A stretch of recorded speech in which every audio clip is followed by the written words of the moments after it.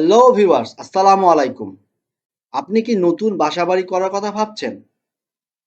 বাসাবাড়ি করার জন্য engineering materials যেমন রড, বালি, সিমেন্ট বর্তমান সময়ে যেভাবে দাম বাড়তিছে, তো আপনি কিভাবে কম রেটে আপনার বাসাবাড়ি তৈরি করার জন্য যে ম্যাটেরিয়ালস দরকার সেগুলো কিভাবে সংরক্ষণ করবেন এবং বাজারেও অনেক ধরনের রড রয়েছে। তা আপনার বাসাবাড়ি করার জন্য কি পরিমাণ রড দরকার এবং ভালো রড আপনি কিভাবে চিনবেন, কিভাবে সংরক্ষণ করবেন সে সম্পর্কে আমরা বিস্তারিত আলোচনা করব। এবং আমার যারা সিভিল ইঞ্জিনিয়ারিং ভাই এবং বোনেরা রয়েছেন, তারা কনস্ট্রাকশন সাইডে ম্যাটেরিয়ালস গুলান কিভাবে সেফলি রাখবেন, অথবা রডের মধ্যে যদি কোনো কারণে জং চলে আসে, অথবা আমরা রিয়েল এস্টেট অথবা আমাদের দেশে যে রেসিডেন্সিয়াল অথবা ব্রিজ কালভার্ট বড় বড় হাইরাইজ বিল্ডিং এ আমরা কি ধরনের রড ব্যবহার করে থাকি সেই সম্পর্কে আমরা বিস্তারিত জানার চেষ্টা করব। তো আমি বাসার আপনাদের সাথে আছি সিভিল অ্যান্ড ট্রাভেলস এডিশন পক্ষ থেকে স্বাগতম। চলুন ভিডিওটা লেন্দি না করে আমরা শুরু করি। Let's start.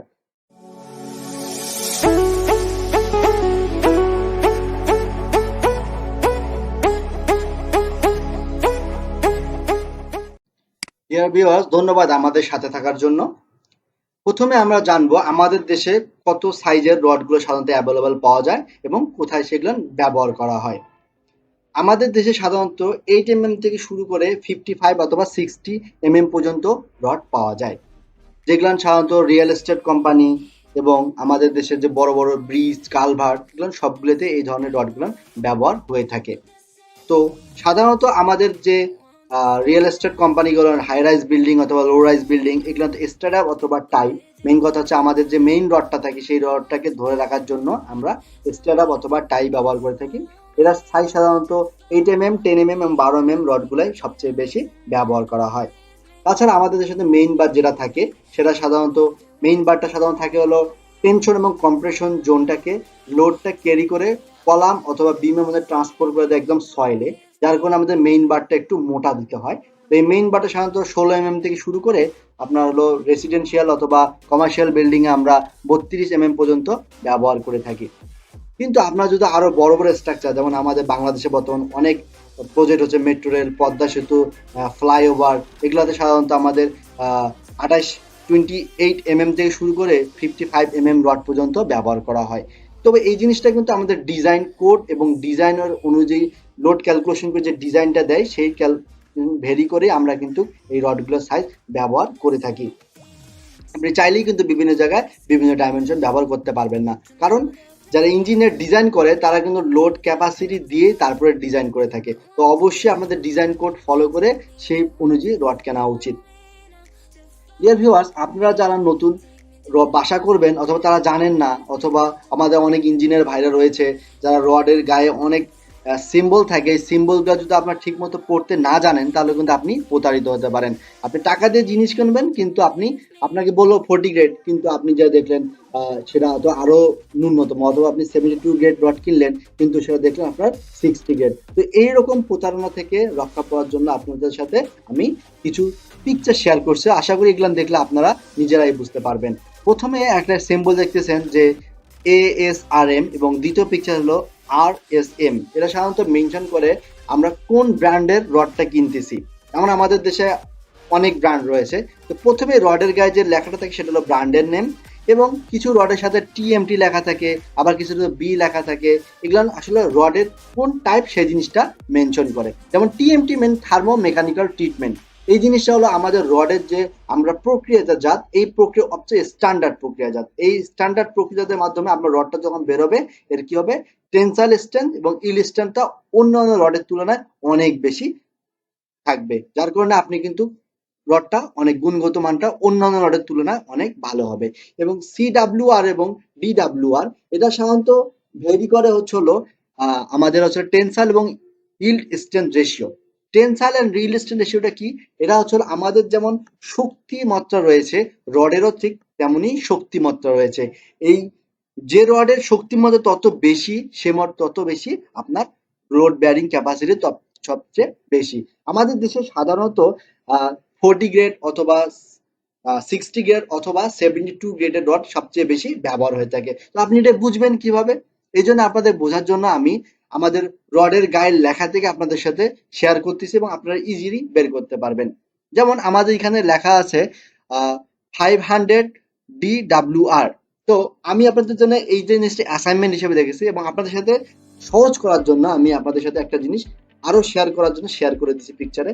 সেটা হচ্ছিল আমি কাজ করেছি 400W। এখানে যদি 500 না লেখা 400 লেখা থাকতো আমি ওইটাই আপনাদের সাথে শেয়ার করেছি 400W, অথবা এখানে লেখা থাকে 400 MPa মানে মেগা পিস্কেল।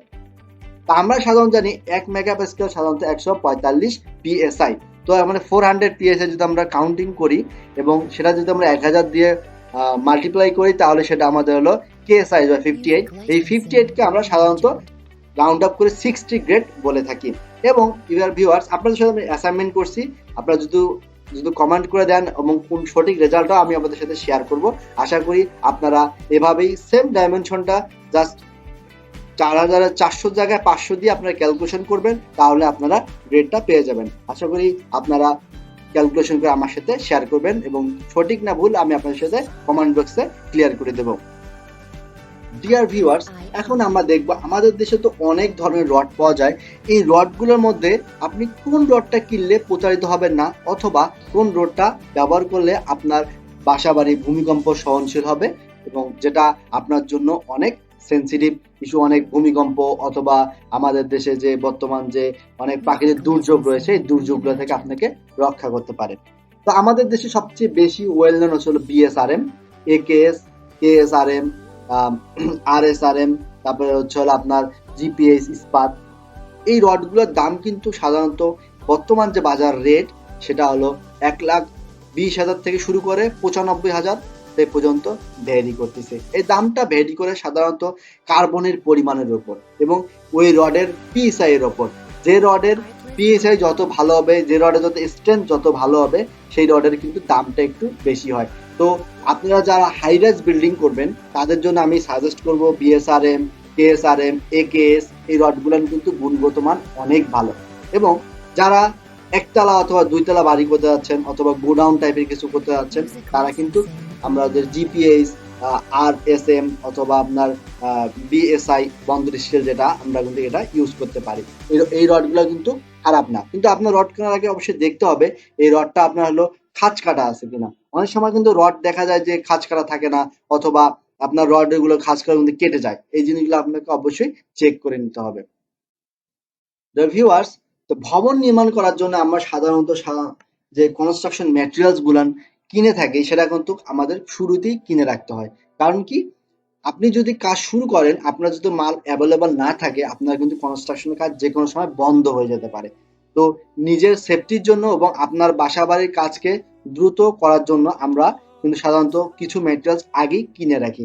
তো আপনি যদি বুদ্ধিমান হয়ে থাকেন তো আপনি ইঞ্জিনে যখন বাসাবাড়ি করবেন, ইঞ্জিনে তো অবশ্যই আপনাকে এস্টিমেট একটা দিবে।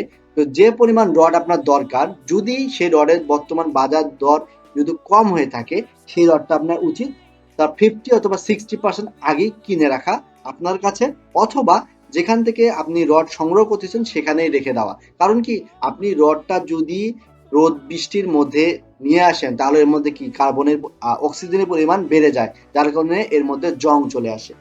তবে জং আর মরিচাটা আমাদের হচ্ছে হলো রিবারের সবচেয়ে বড় ক্ষতির কারণ, কারণ এটা হলো শত্রু। ঠিক আছে। দ্বিতীয় জিনিসটা হচ্ছে হলো আপনি যে রডটা কিনতেছেন সেই জিনিসটাকে আপনাকে কিন্তু সঠিকভাবে রাখতে হবে। সেই জিনিসটা রাখার জন্য আপনি কনস্ট্রাকশন সাইডে আপনার আলাদা করে একটা ছাউনি করে নিতে পারেন, যার নিচে আপনি বেড তৈরি করে রড সিমেন্ট সবগুলোকে আলাদা করে রাখতে পারেন যদি পানির সংস্পর্শ না আসে। তাছাড়া আপনি কি করতে পারেন, আপনার জনসংখ্যা যে রড গুলান রয়েছে সেগুলো সঠিকভাবে এক জায়গায় গুছিয়ে রাখেন। যদি এক জায়গায় গুছিয়ে না রাখেন সেক্ষেত্রে আপনার রড আপনার যে পরিমাণ নিয়ে আসেন সেই সংখ্যাটা আপনি নাও পেতে পারেন, অথবা রড আপনার বেঁকে যেতে পারে বিভিন্ন জায়গায়, এখানে ওখানে নিয়ে যাওয়ার কারণে সব জায়গায় ছড়াছড়ি হতে পারে এবং এখান থেকে কিন্তু বড় ধরনের দুর্ঘটনাও ঘটতে পারে। তো এই জিনিসগুলো আমাদের যারা সাইড ইঞ্জিনিয়ার রয়েছে এবং যারা এই যে অভিজ্ঞতা কিন্তু অনেক বেশি এইগুলি নিয়ে সতর্ক হয়ে থাকে। এবং আপনার যদি রডের মধ্যে জং চলে আসে, অনেক পরিমাণ লালচে হয়ে যায়, সেক্ষেত্রে আপনাকে অবশ্যই এখানে এই লালচে ভাবটা দূর করে আপনি স্ক্রাব করতে হবে এবং ভালো করে ঘষে সেখানে আপনি অ্যাডমিক্সচার ব্যবহার করতে পারেন। আমাদের দেশে বর্তমান অনেক ধরনের অ্যাডমিক্সচার রয়েছে, তার মধ্যে আপনি সবচেয়ে ওয়েল নোন হলো কনমিক্স, সিকা, সাইক্সো, এগুলো কিন্তু অনেক বেশি ইউজ হয়ে থাকে। তাছাড়া আমাদের সাধারণত আমরা রডের জং অথবা মরিচা থেকে আটকানোর জন্য আমরা সিমেন্ট জল, বাট আমরা গ্যারোটিন বলে থাকি, এই জিনিসটা হালকা করে গুলা নিয়ে আমরা যদি রডের মধ্যে ছিটাই দেই, সেই ক্ষেত্রে কিন্তু আমাদের এই জং থেকে আমরা মুক্তি পেতে পারি। তো ডিয়ার ভিউয়ার্স, আজকের ভিডিওটা এই পর্যন্তই ছিল।